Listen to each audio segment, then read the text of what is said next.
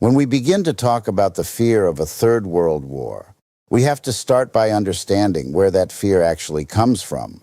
Fear doesn't emerge in a vacuum. It is built, layer by layer, through patterns we recognize, even if we don't consciously study them.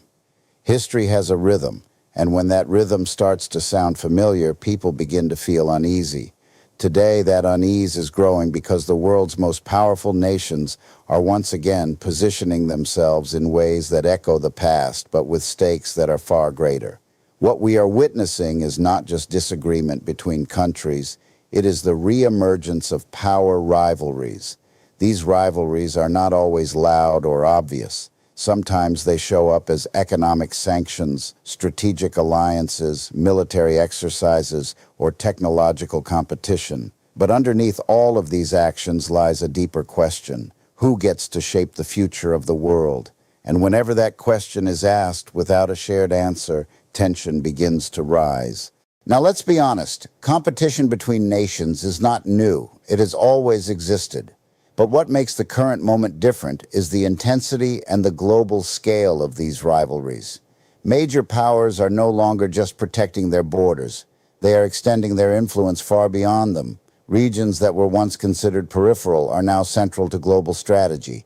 Every move is calculated, every alliance is scrutinized, and every conflict, no matter how small, carries the potential to expand. And here's where the psychological dimension comes into play. Nations, much like individuals, are driven by identity, pride, and perception. When a country feels threatened, whether that threat is real or perceived, it reacts, sometimes defensively, sometimes aggressively. And when multiple powerful nations begin reacting at the same time, each interpreting the other's actions as hostile, you create a cycle of escalation. Not because war is inevitable, but because misunderstanding becomes amplified. We also have to recognize the role of narratives. Governments and leaders shape how their people see the world. They frame other nations as partners, competitors, or adversaries.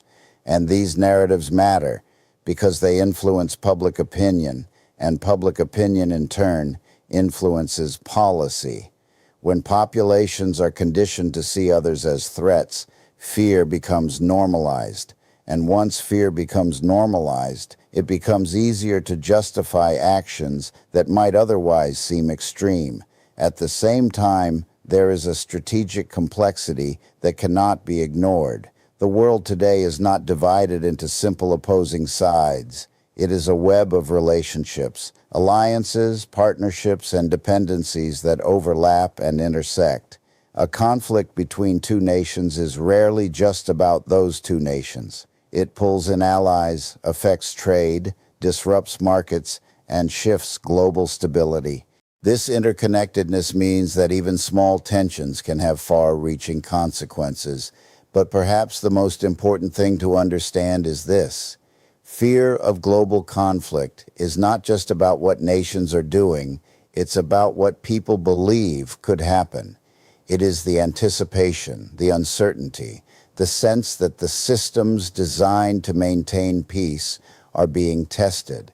And when people lose confidence in those systems, fear begins to grow, not just at the political level, but at the human level. Now, this doesn't mean that we are destined for conflict. It means we are at a point where awareness is critical. Because when you understand the forces at play, when you recognize the patterns, the motivations, the perceptions, you are no longer just reacting to fear. You are thinking beyond it. You are asking better questions. You are demanding better answers. And that is where responsibility begins, not just for leaders, but for all of us. Because the way we interpret the world, the conversations we engage in, the perspectives we choose to adopt, they all contribute in some small way to the larger global mindset. Fear can spread, but so can understanding. Tension can rise, but so can clarity. So as we look at these rising tensions and power rivalries, the real question is not simply whether conflict will happen. The real question is whether we will allow fear to dictate our thinking, or whether we will rise above it and seek a deeper understanding of what is unfolding.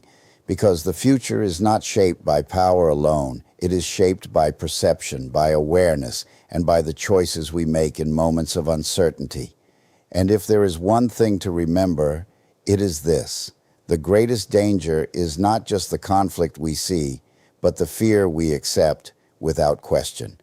As we move deeper into this conversation, we have to confront another layer of this fear, one that is perhaps even more unsettling than rivalry itself. Because it's not just who might go to war, it's how that war would be fought. And the truth is, the nature of warfare has changed so dramatically that many of us are still thinking in outdated terms, while the reality has already evolved far beyond that. In the past, war was something you could see coming. Troops gathered, borders were crossed, battles were fought on defined fronts. There was a certain structure to it, a visible progression.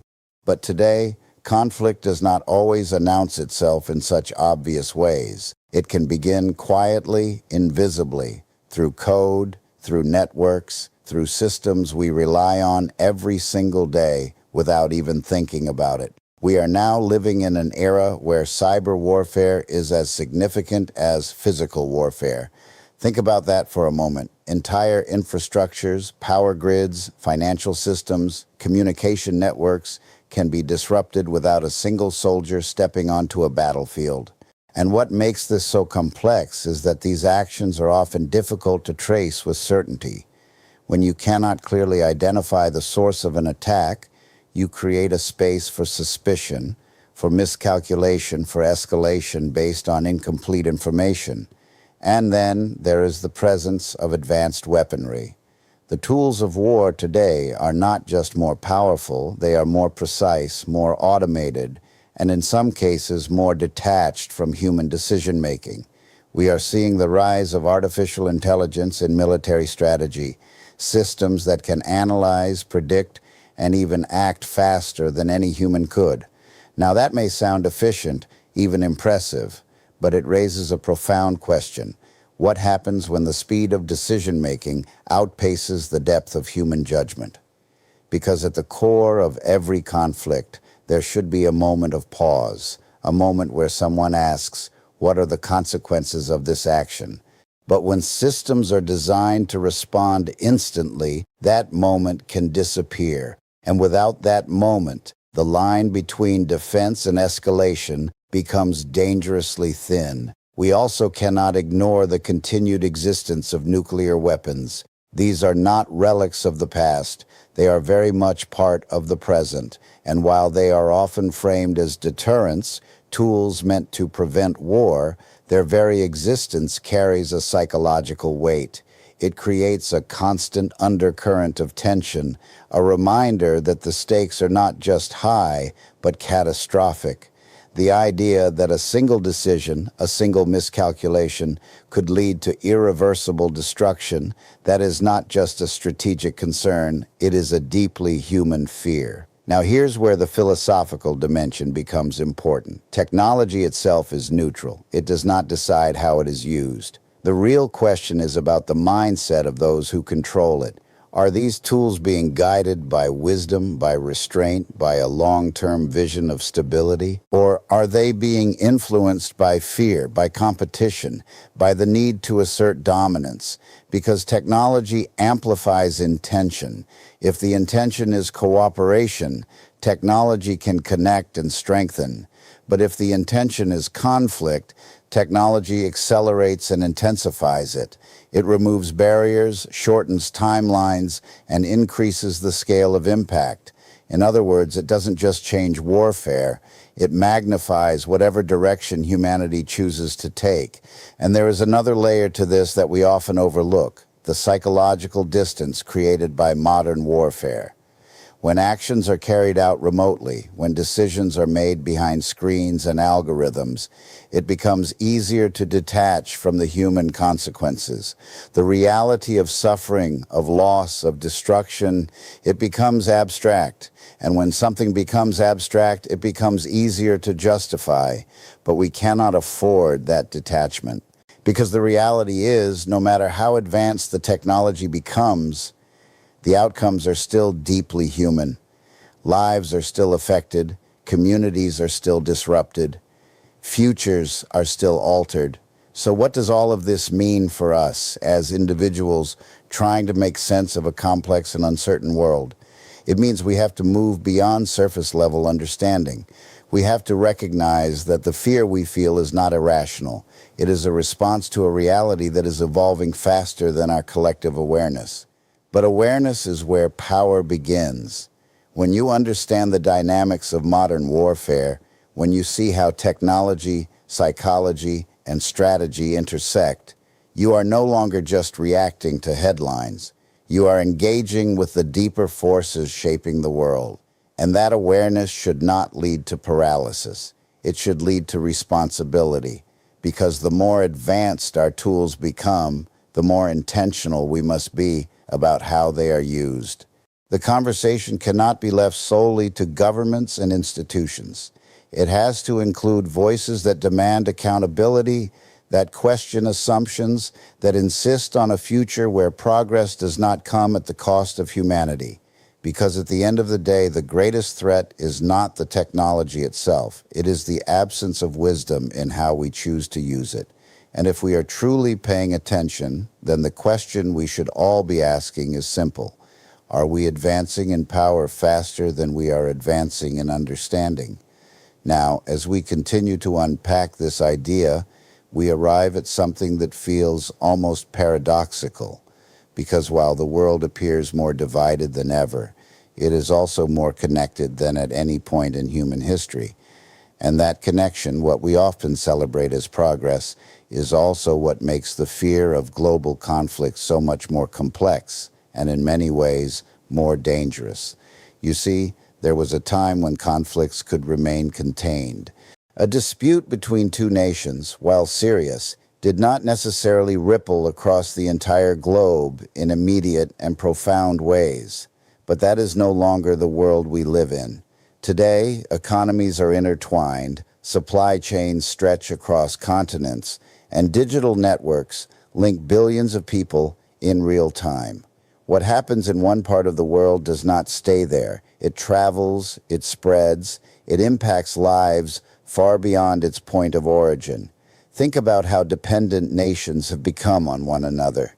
Energy, food, technology, manufacturing, these are not isolated systems. They are part of a global web where disruption in one area creates consequences in another. And so, when tensions rise between countries, the impact is not limited to political leaders or military forces. It reaches businesses, communities, and individuals who may have no direct connection to the conflict itself. This is where the risk deepens, because interdependence creates both stability and vulnerability at the same time. On one hand, it encourages cooperation. Countries have incentives to maintain peaceful relations because their economies and systems rely on one another. But on the other hand, it means that when conflict does occur, the fallout is far more widespread. It becomes harder to isolate, harder to control, and harder to resolve quickly. And then there are alliances. Alliances are built on trust, on shared interests, on the promise of mutual support. But in times of conflict, those same alliances can act as accelerators. A disagreement between two nations can quickly draw in others, not necessarily because they want to be involved, but because they are bound by commitments. And suddenly what might have been a regional issue transforms into something much larger, something global. Now, from a psychological perspective, this creates a unique kind of tension, because nations are not just making decisions based on their own interests. They are constantly considering the reactions of others. Every action is weighed against potential consequences. Every move is analyzed for how it might be perceived. And in that environment, even small misunderstandings can escalate, not because anyone intends for it to happen, but because the system itself is so tightly connected that there is very little room for error. There is also a human dimension to this interconnectedness that we often overlook. Through media and technology, people are more aware of global events than ever before. We see conflicts unfold in real time, We hear narratives from multiple sides. And while this access to information can be empowering, it can also be overwhelming. It can create a sense of constant uncertainty, a feeling that instability is everywhere, even if it is not directly affecting our immediate surroundings. And when people feel that kind of uncertainty, they begin to look for certainty wherever they can find it. Sometimes that leads to deeper understanding, but other times it leads to division, to the reinforcement of biases, to the acceptance of simplified narratives that do not fully capture the complexity of what is happening. And that, in turn, feeds back into the larger system, influencing how societies think, how they respond, and ultimately, how nations act. So what we are dealing with is not just a network of countries, it is a network of perceptions, of beliefs, of reactions that are all interconnected. And in such a system, stability is not just about avoiding conflict. It is about managing complexity. It is about recognizing that every decision, every policy, every action has layers of impact that extend far beyond what we can immediately see. But here is where the opportunity lies. Because the same interconnectedness that creates risk also creates the potential for collective responsibility. If the world is truly connected, then solutions cannot be isolated. They have to be shared. They have to be built on cooperation, on dialogue, on a willingness to see beyond short-term interests and consider the long-term well-being of the global community. And that requires a shift in mindset. It requires moving from a perspective of competition to one of collaboration, not as an idealistic goal, but as a practical necessity. Because in a deeply interconnected world, the idea of winning at the expense of others becomes increasingly unsustainable. Eventually, the consequences come back around. So the question is not whether we are connected, we clearly are. The real question is how we choose to navigate that connection. Do we see it as a source of strength or as a point of vulnerability? Do we use it to build understanding, or do we allow it to amplify division? Because in the end, interdependence is not just an economic or political reality, it is a human one. It reflects the simple truth that our actions affect one another, whether we acknowledge it or not. And if there is one thought to carry forward, it is this: in a world where everything is connected, responsibility is no longer optional, it is shared. And so, after examining the tensions, the technologies, and the interconnected systems that define our world today, we arrive at perhaps the most important question of all: what do we do with this awareness? Because understanding the problem, as complex and unsettling as it may be, is only the beginning. The real challenge lies in how we respond to it. This is where the conversation shifts from fear to responsibility. Because if the possibility of global conflict is shaped by human decisions, then the prevention of that conflict must also be rooted in human choices. And at the center of those choices is diplomacy, not just as a formal process between governments, but as a mindset, a way of approaching differences with the intention to resolve rather than escalate. Diplomacy at its core is the discipline of restraint. It is the ability to pause in moments of tension and choose dialogue over reaction. And that may sound simple, but in practice it is one of the most difficult things to achieve, because when nations feel threatened, when pride and power are at stake, the instinct is often to assert, to defend, to push back. But true strength is not always in the response. It is in the control of the response.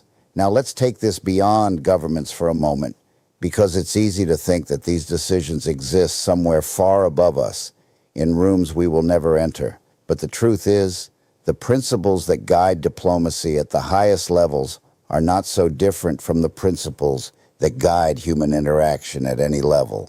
The ability to listen, to understand perspective, to manage emotion, to seek common ground, these are not just political skills, they are human skills. And this is where collective responsibility comes into focus, because the global climate is not shaped by leaders alone. It is influenced by the attitudes, the conversations, and the expectations of people.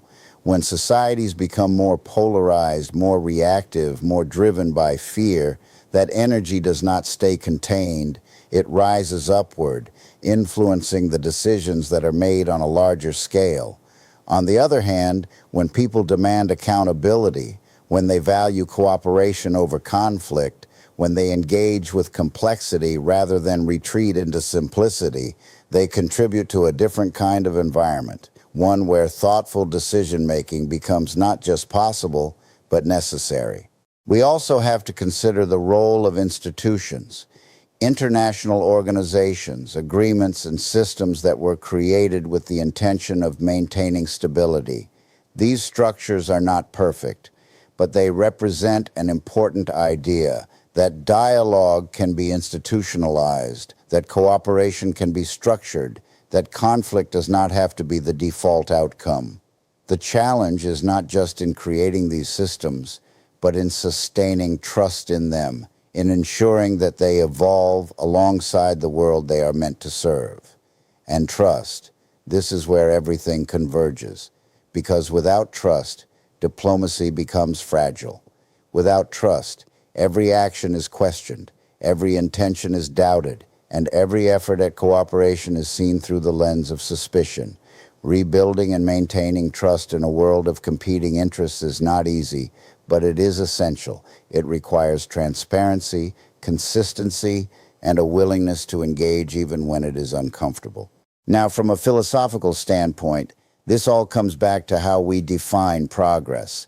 Is progress simply the accumulation of power, the advancement of technology, the expansion of influence, or is it something deeper, something that includes our ability to coexist, to resolve differences without destruction, to create systems that prioritize stability over dominance? Because if our definition of progress is incomplete, then our direction will be flawed. We may continue to advance in ways that increase our capabilities, but not necessarily our wisdom. And as we've already seen, capability without wisdom is a dangerous combination. So the path forward is not just about avoiding war. It is about redefining what it means to move forward as a global society.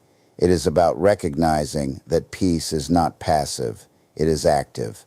It requires effort, intention, and continuous engagement.